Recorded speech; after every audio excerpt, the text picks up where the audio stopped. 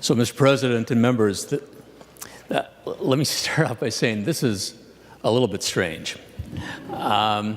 Obviously, not the circumstances that we normally have for retirement speeches. It's been obviously a strange and difficult year for all of us.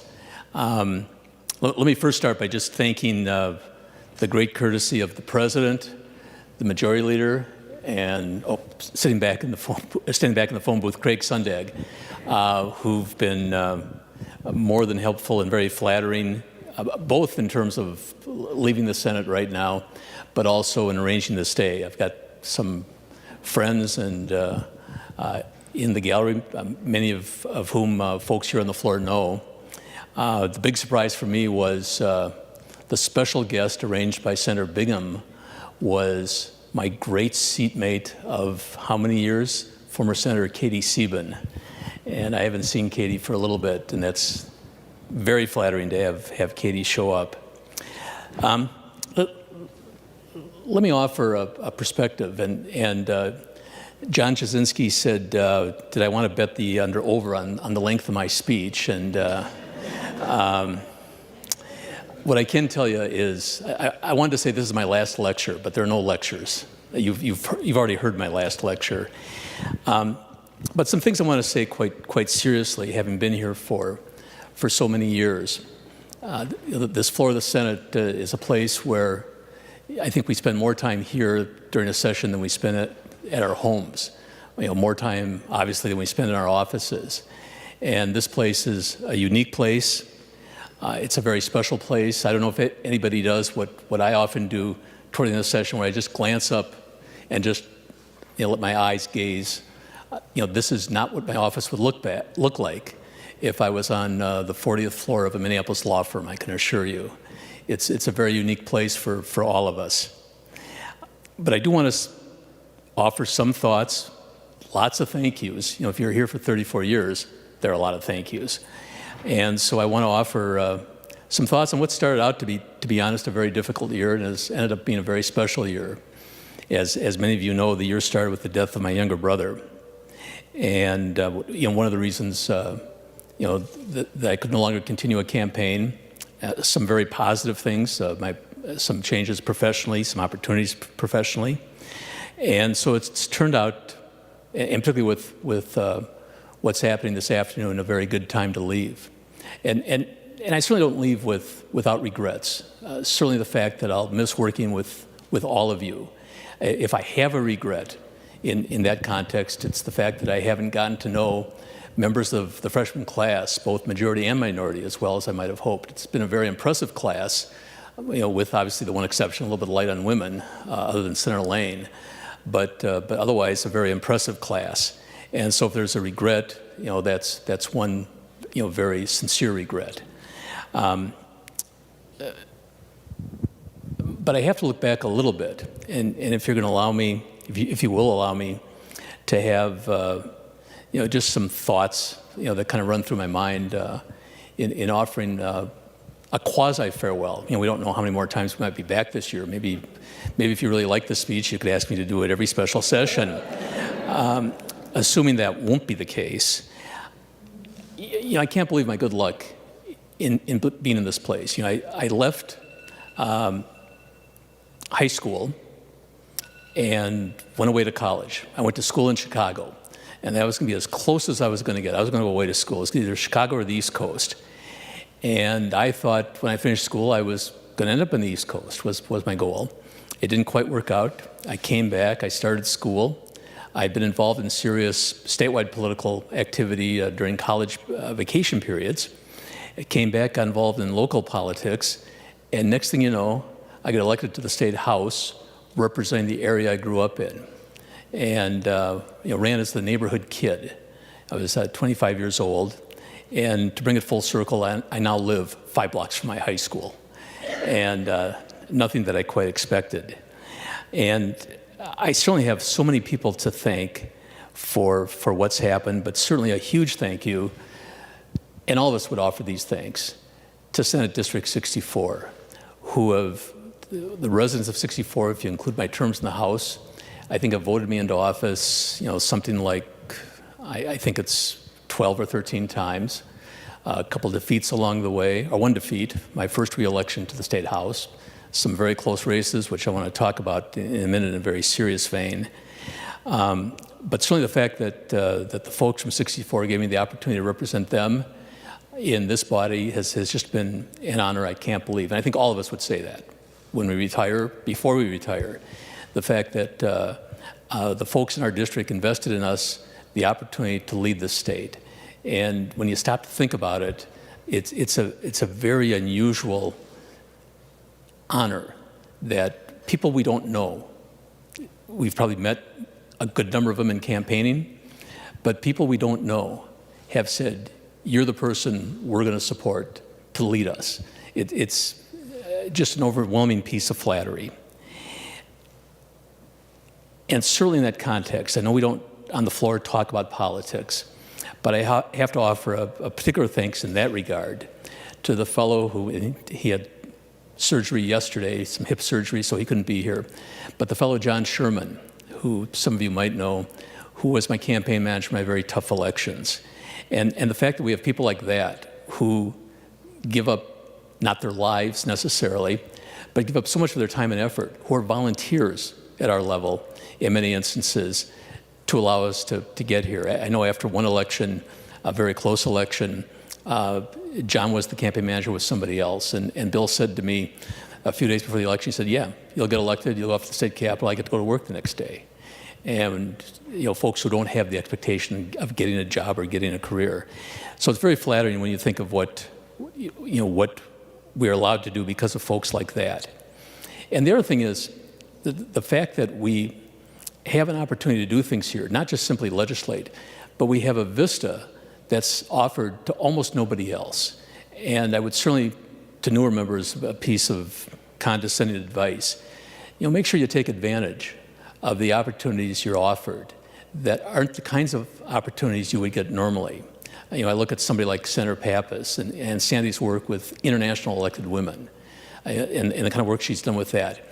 In my case, many of you know of the pride I've taken in being appointed by President Obama to the President's Committee on the Arts and Humanities.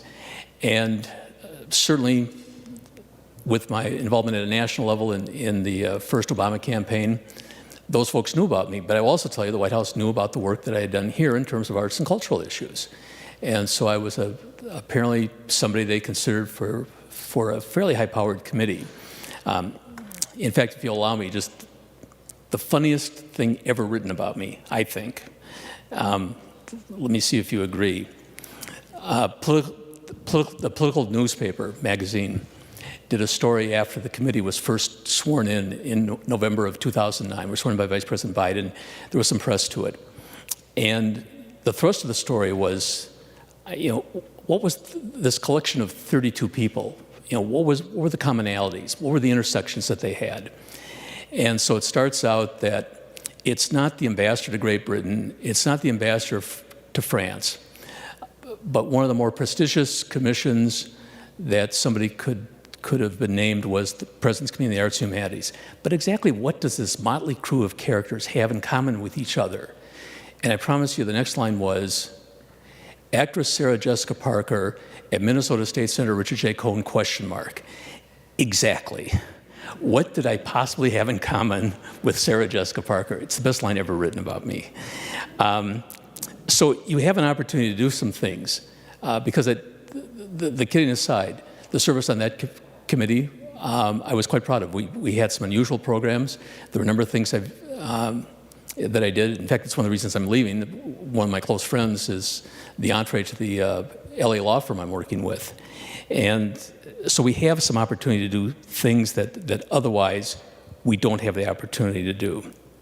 I have some serious things I would like to say to all of you, but like I said, 34 years, and you have to allow me some thank yous.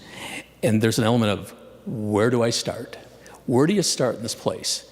Because we are so dependent on so many others to get us through the day, to show us the doors, to show us what to do. Let's start with the front desk, with Cal and Mike and Colleen and Jessica. That's the front desk. Those are the folks we see all the time. How about the rest of the folks? the folks in engrossing, the folks in Senate information, Charlie Shaw, John Trombley, and Scott Magnuson, who lives and breathes the state Senate. Unfortunately, I can just go on and on. The chiefs of staff for both caucuses, the minority-majority staffs, Dan Wolf, Cullen Sheehan. As I mentioned, Craig has been just spectacular and just very flattering to me. DFL chiefs of staff, my good friend Tom Kakelka. John Pollard was not, a little known fact for some of you about John Pollard. I first met John when he was the LA to the Republican minority leader in the Senate. And then when Dean switched parties, John came and joined the gang of us. But John, Christine Almeida, who became a very close friend, who's present today. The folks who've done so much for us, and I talk about chiefs of staff, I'd be remiss in not mentioning somebody who became a close friend and who was, I would argue, the model, Vic Moore, who was the long-term chief of staff in the Senate and did so much for so many of us. When I talk about staff, of course, I have to talk about the folks, and there's not a person who's ever served in the Senate who would disagree that we absolutely would not survive without Senate counsel and research. My entree into politics was working for Nick Coleman, who became Senate Majority Leader, who was then the Senate Minority Leader when he ran for governor.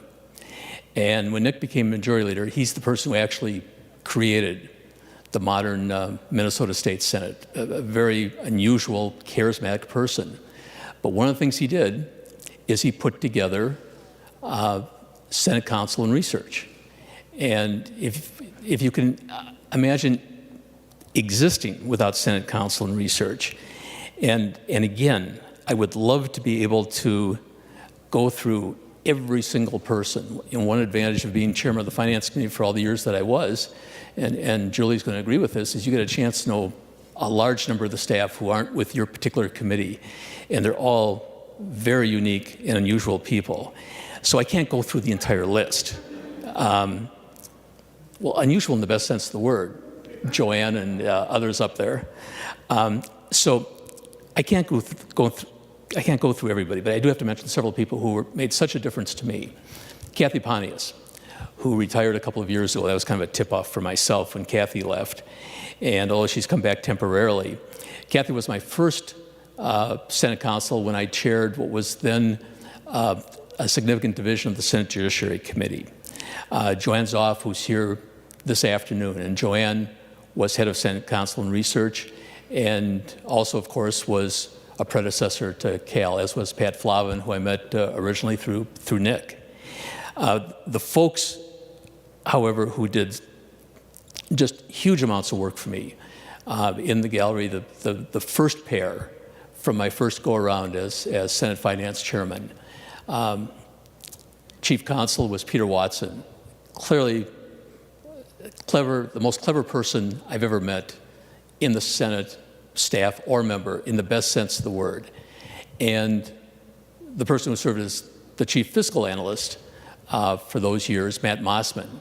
And many of you know Matt from the work that Matt did during Governor Dane's administration, now working, representing the Inter-County Association, but did a spectacular job for those 8 years as the chief fiscal analyst.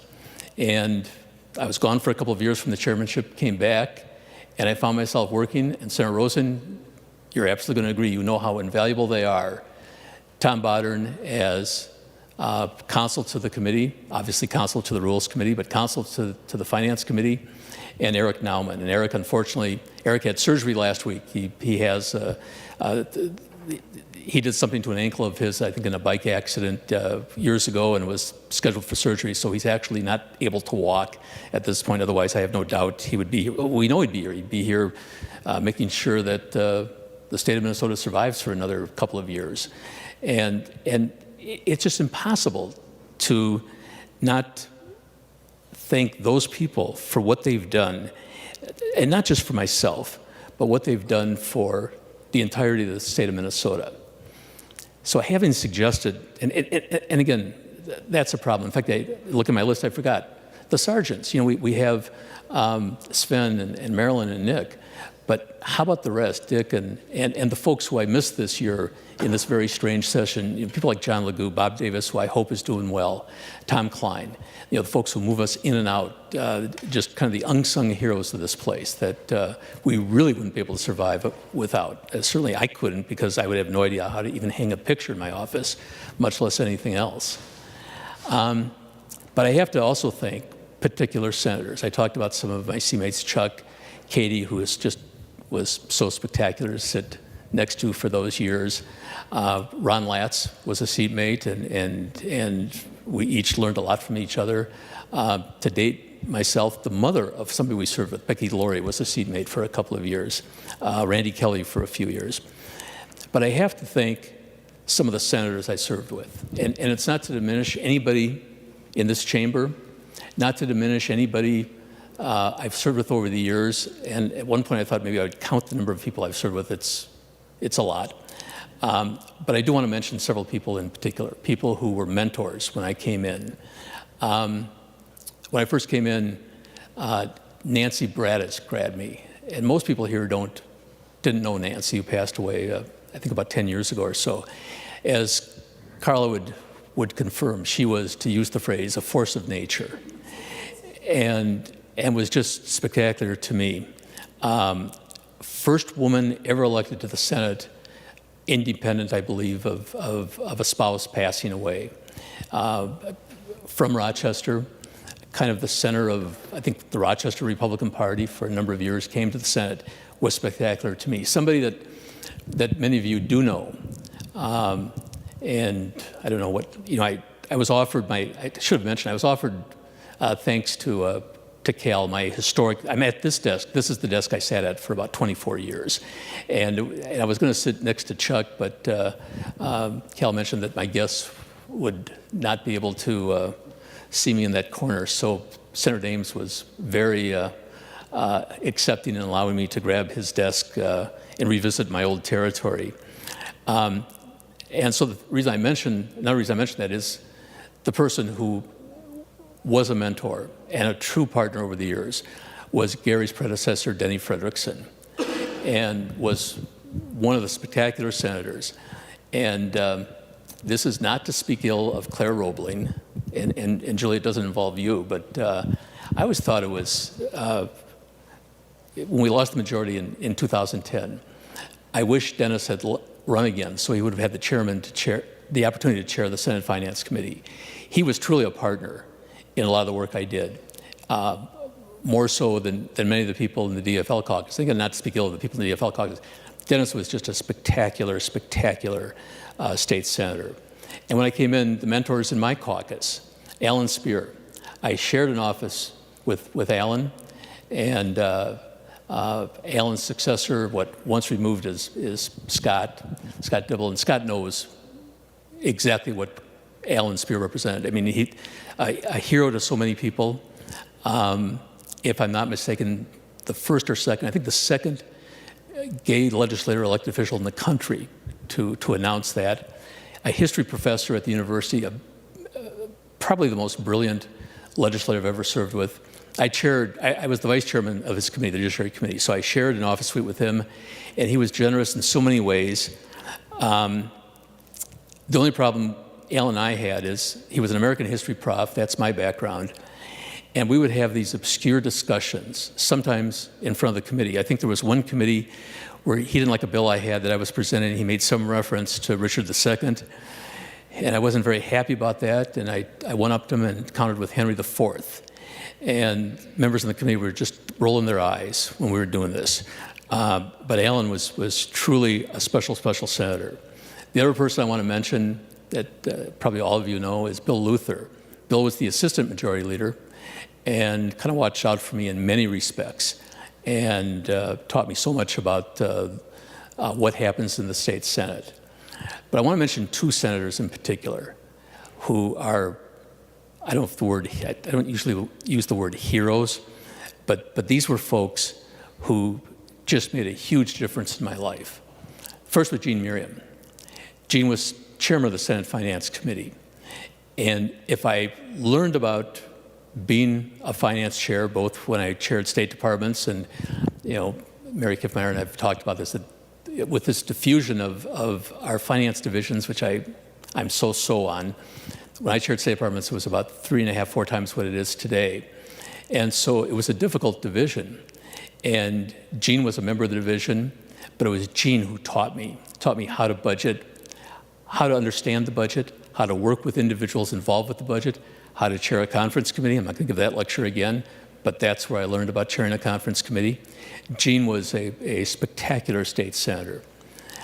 And finally, I had the chance to serve for so many years with the person who probably was the single greatest legislator of the second half of the century, and that's Roger Moe. And I wish all of you had had the opportunity to serve with Roger. I know there are a few people here left, John, I'm trying to think who else served with Roger, Chuck, and David, and rest. He was a remarkable legislator. You would talk to Roger, and he and I became, not initially, but at the end toward the end of his last X number of years, we became good friends. We're still good friends. I still see Roger.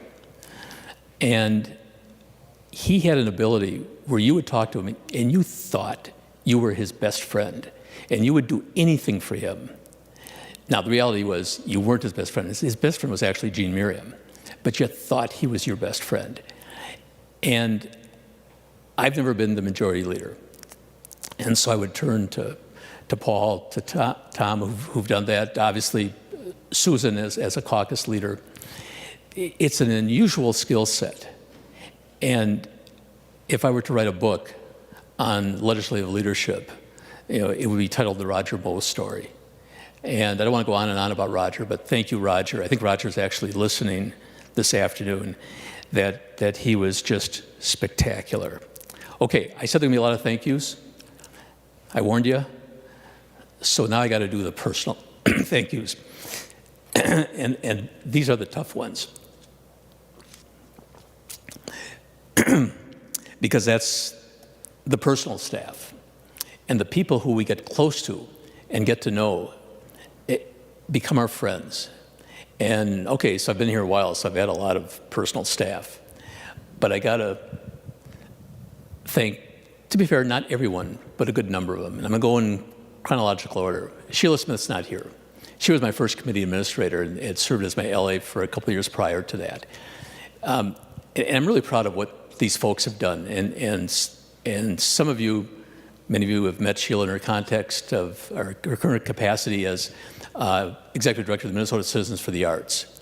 And she's put together, and I can tell you from all my national arts stuff, it is known to be the single best advocacy group in the country, arts advocacy group in the country. And it's a model for other advocacy groups.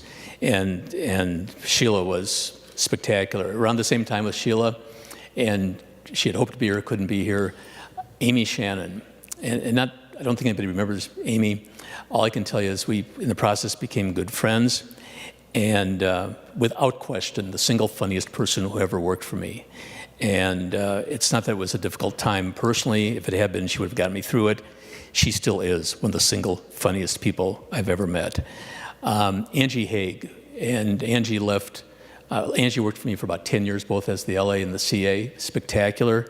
She deserted me for two great kids, Evie and Theo, and she's on her way right now, or was on her way earlier today with Evie, Theo, and Peter to their cabin. And again, expressed her regrets. Jane Geldman, who worked for several years and is now a rising star in the finance department of the Federal Health and Human Services in DC. But we do have some folks here. Kim Babine is in the gallery, and many of you remember Kim. Kim is now a director at DEED, and everything I hear from anybody at DEED or involved with her, with both this administration and the previous administration, is how spectacular she is. A number of you remember Josh Nye, who now is doing a great job as the executive director of the Alzheimer's Association, who was the LA for the Finance Committee for several years, and nobody more than Josh in terms of hearing from constituents about how great the office, or how responsive the office was, and it was all Josh. And as the cliche goes, last but not least, Nicole Kaplan, the second funniest person who ever worked for me, and Nicole knows that. She knows she's not as funny as Amy. But Nicole, she'll verify that. But Nicole has done not only a great job for me, but she has mentored so many new staff and been of so much help. And she's done something that we all ought to keep in mind, and that are her friendships with the majority staff. And when we were in the majority, her friendships with the minority staff. That she knows there's a distinction in this place between parties, but she's somebody who has worked so well with everybody.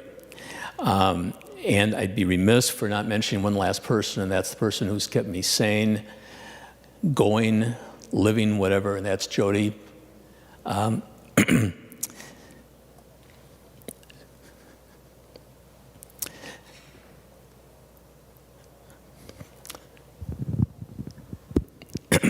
So I said this wouldn't happen. This normally doesn't happen to me. It's happened a couple times this year.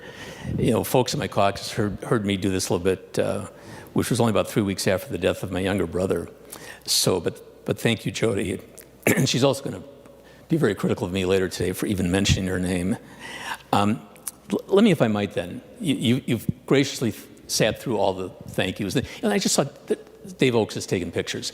So, just another example of somebody, a long-standing Senate staffer that we don't give enough credit for. And that's why any of us could stand up for the rest of the day. And the nice thing about today, and John, I don't know how I'm doing with the over-under, but yeah, okay. But in 2012, we had just a host of retirements. And for those of you who are new members, I mean, normally the retirement day is a very moving day where everybody speaks. They speak in order of seniority. And in 12, by the time Keith Langseth got up, it was, several hours. So I figure, you know, I'll take a couple of extra minutes. Let me offer some thoughts, however, if I might, about this place, and some negatives and positives. And I'm going to tell you what I don't like about this place, and what I wish I could change about this place. And a blame is to be placed on all of us, on many of us, both parties. And that's the increased polarization of politics in this country and in this body. In my first go-around as chairman of the Senate Finance Committee, and prior to that, almost all the omnibus finance bills passed with bipartisan votes. The only bill historically over the years that did not pass with such a vote was the omnibus tax bill. When we went from the minority in 12 back to the majority in 13, Katie, I don't know if you remember, you and I were talking, and Katie sat where Jerry sits. And we talked that, you know, for the last 2 years, we just voted red on everything. Now we're just voting green on everything. There really wasn't much of a difference. And I think the polarization has become difficult. And I'm not going to get into what I think to be the genesis of that in this country, but it's something that both parties have participated in. As many folks know, certainly Carrie Root has been very generous in her comments on the floor in a chairmanship that she's done so well with relative to the legacy bill.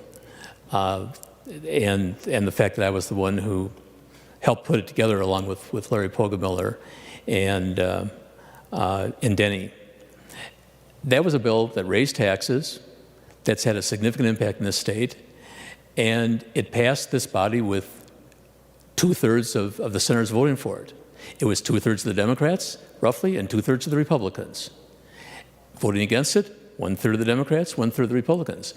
In fact, Tom still gives me a hard time about it because he was chairman of the tax committee, I was chairman of the finance committee, and he was one of the 1/3 of the Democrats who voted no, and still feels he cast the right vote, although I strongly disagree. And that's an example of something that major at a much higher level. Going back to 2 years ago, I mentioned senators that really had an impact on me. I wasn't as close to her, so I can't say she had the same kind of impact, but a brilliant, brilliant senator, Linda Berglund. And Linda, of course, was the person who helped create health care. And Michelle Benson and Jim Abler are sitting here as the successors to a lot of what Linda created. But one of the things she was part of was the so-called, I think it was the Gang of Seven. I forget who the Gang of Seven were. But these were the people who put together MNCare. And it was 4 Democrats, and they were House and Senate members. There were 4 Democrats and 3 Republicans. One of the Republicans I know absolutely was Dwayne Benson. And when Dwayne passed away last year, and how spectacular he was, Julie, Dave Senjum and I spoke about Dwayne Benson. But they put together MNCare. And it was clearly a bipartisan group, and the governor was Governor Carlson. That's missing. I don't know how to recreate it. I have one thought, and whoever has the guts to do this, let me know. I mentioned that I came to this place as the hometown kid, and I had the ability to get elected. I'd grown up in the area, I grew up with your son or daughter, so-and-so, and that made a difference. I also was a product of the precinct caucus system when I think it worked. I don't think it works anymore. I think what happens is too often now in politics, we speak to the echo chamber and we don't hear the other side. We're not around the other side until we come to this body. And we can't do anything about the change in geographies or the populace within our district. But I do think the caucuses play into that. And you can't get rid of the First Amendment. People can have caucuses, but I'll just offer the contrast. On March 3rd in my district, there were 29,000 people who voted for president. Week before the caucuses, and I have one of the most active districts in terms of the precinct caucuses, 900 people. All right, not a big year. But 2 years before, a very active campaign for governor, including somebody from my district, 1,600 people. By contrast, when I came to the state Senate, there was no other contest going on in the caucuses that night. There was also a cold, sleeting rain. It was the worst weather. And my district was quite a bit smaller, given redistricting. 2,600 people came to the caucuses that night, only for the state Senate.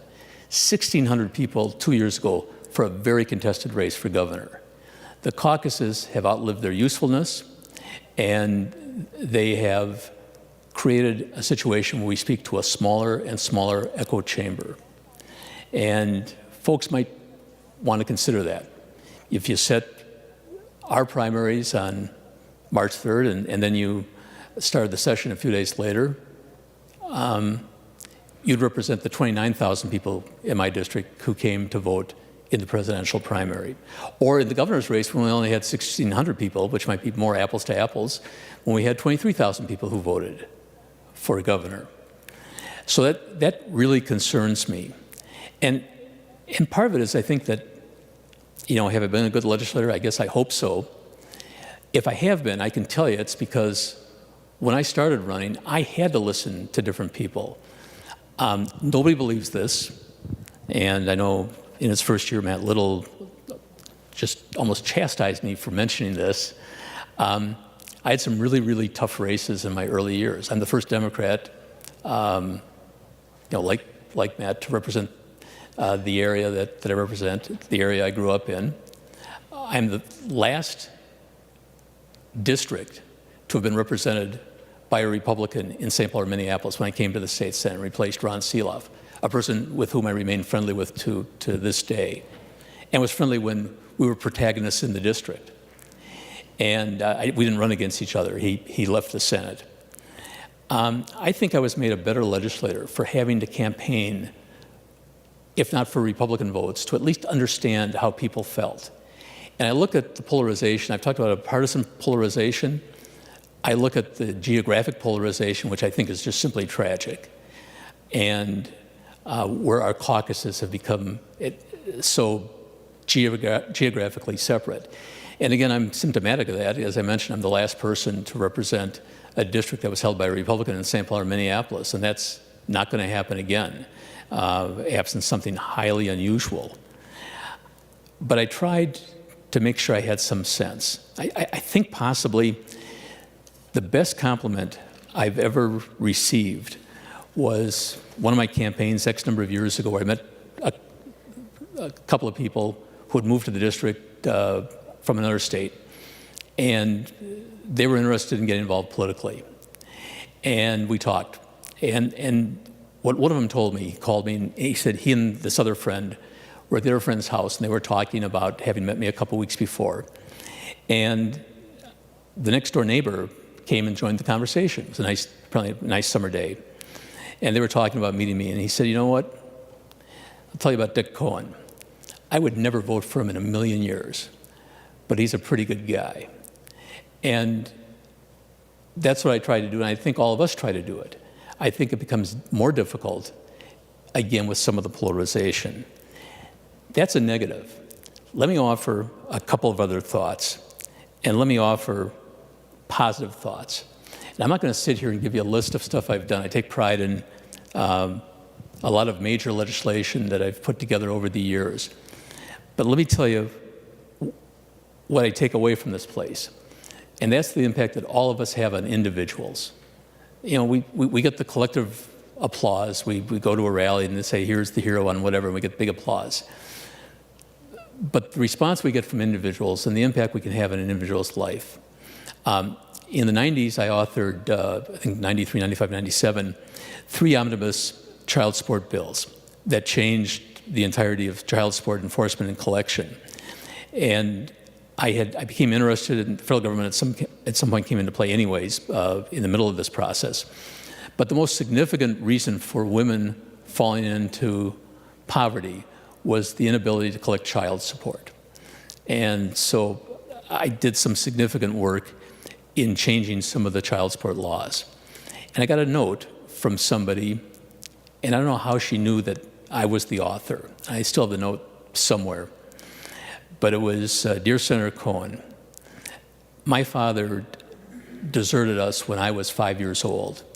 My mother has struggled ever since. Thank you for what you've done, and thank you, because now for the first time, I can think next year of going to college. You know, when you get a response like that, you know you're doing something right and something for folks. Even something very simple. I've watched with jealousy, most recently Senator Kiffmeyer, Chuck doing it.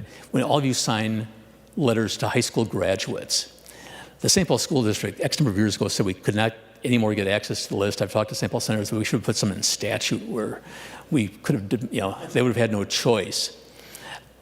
Because I enjoyed writing those letters and the notes. And I got a letter back from some graduate, and she wrote, Dear Senator Cohen, thank you very much for your note on my high school graduation. You've made me feel like a very important person. And I didn't do anything. I just wrote one of these notes that we, you know, these letters we signed. But that connection made a difference to her. More recently, if I can, one story, and Senator Benson and Senator Abler are going to know about this.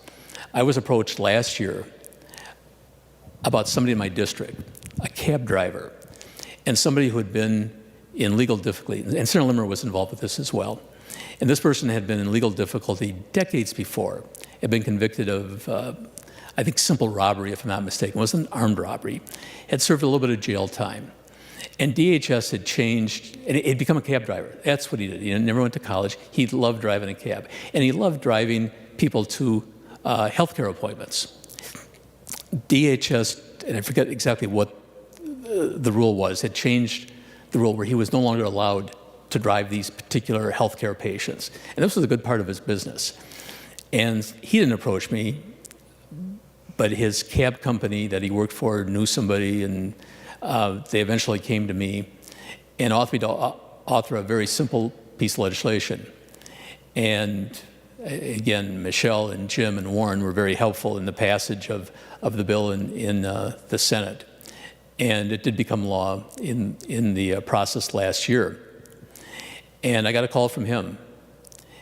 And I can't tell you how much he appreciated what this legislature did for him. He was given back his ability to work a job, earn a living at something he really enjoyed doing. And something that we would never think about. What can we do to help a particular cab driver? It was a simple bill. It wasn't, an omnibus anything.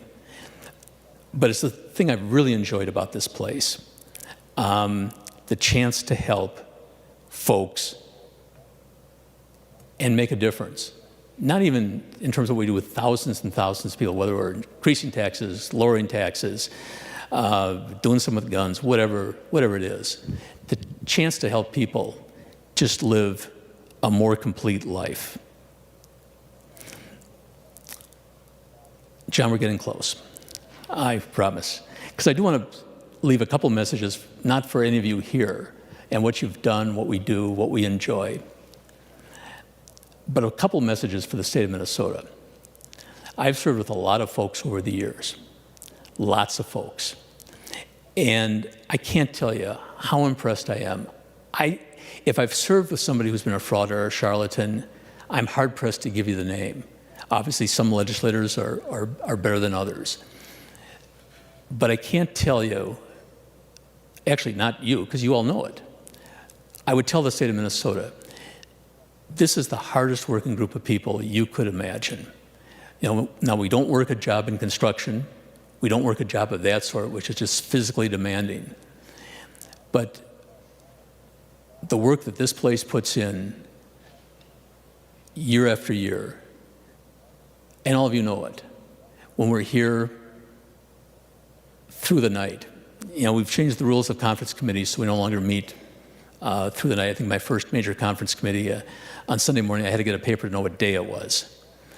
This place, House and Senate, work as hard as any group of people you can find in representing the folks of this state. The other thing I would tell the folks in Minnesota is everybody I've served with are the most sincere folks I've met. What I mean by that is I can look around the floor and I can find somebody that I align myself with totally in terms of politics and ideology. And I can look at somebody else who is 180 degrees removed from what I am. But I will tell you that person who's 180 degrees removed from what I am is absolutely sincere and absolutely well-meaning in what they represent. And they might disagree with me, and I might think they have the wrong position. But I know from serving here for many years that I can tell the folks throughout this state, you are well served by the person you represent. That person is dead serious about the job that he or she is doing, and that person is dead serious about making sure that they represent their point of view. And they don't do it for reasons of self-aggrandizement or reasons that are not the best of reasons. And again, I would have a hard time trying to think, and I'm not going to go through all of my blue books over the years, but I would have a hard time coming up with anybody I think has not represented and legislated from that point of view of being absolutely sincere.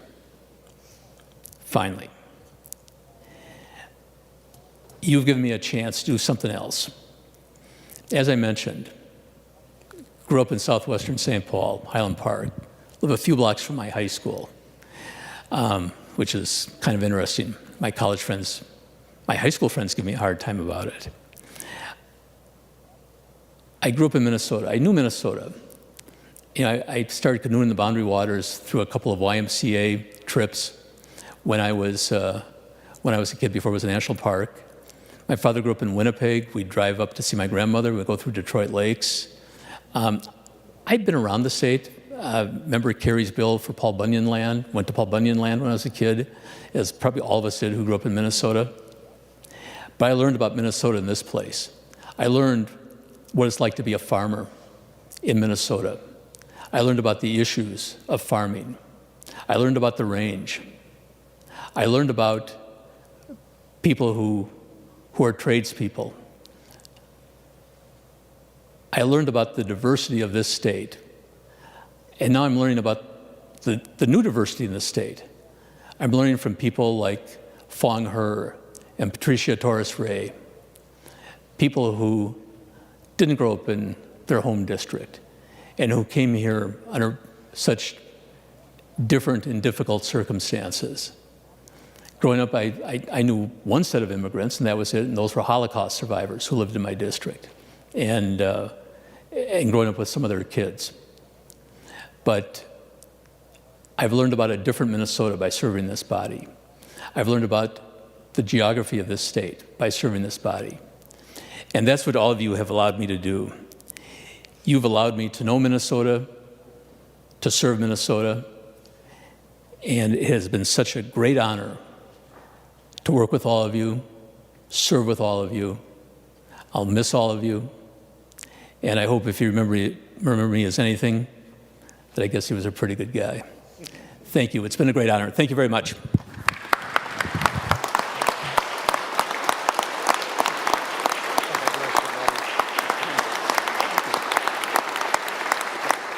Where was the other?